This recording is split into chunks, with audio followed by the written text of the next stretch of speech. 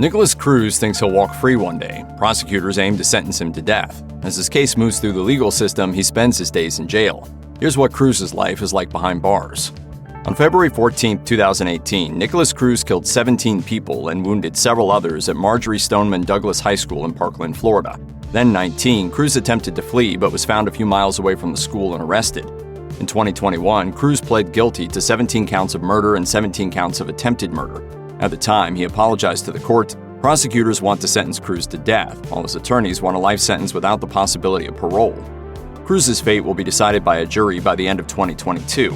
However, they must be unanimous in their decision to sentence him to death. If not, Cruz will automatically receive a life sentence without the possibility of parole. One individual that is pushing for the death penalty is prosecutor Michael Satz. He describes Cruz as cold, calculative, manipulative, and deadly. Despite this, his attorney explained in court that there is no defense to these crimes. We must understand the person behind the crime. Either way, it's safe to say that Cruz will never be free again. When Nikolas Cruz was arrested in February 2018, he was taken to Broward County Jail in Fort Lauderdale, Florida. However, he was first placed in the infirmary before being moved to a jail cell.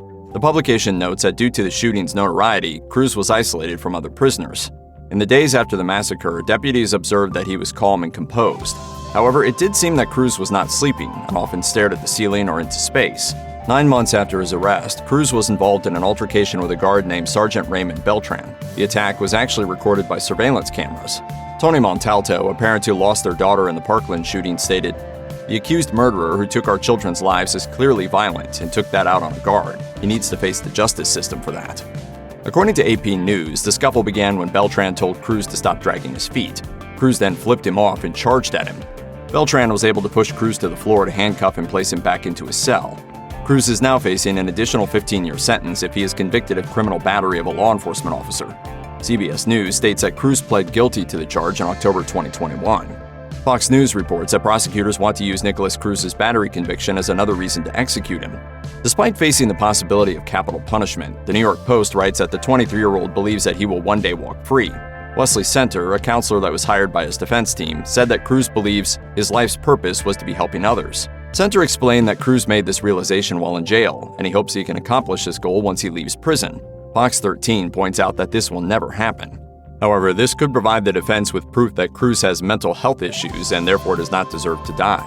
Center himself stated that Cruz has irrational thoughts. The defense is also using Cruz's traumatic childhood and troubling school history as further proof of his fragile mental state. His sister, Danielle Woodard, recently testified that Cruz was polluted while still in the womb due to his mother's drug and alcohol use. Cruz's defense attorney then suggested, and because of that, his brain was irretrievably broken.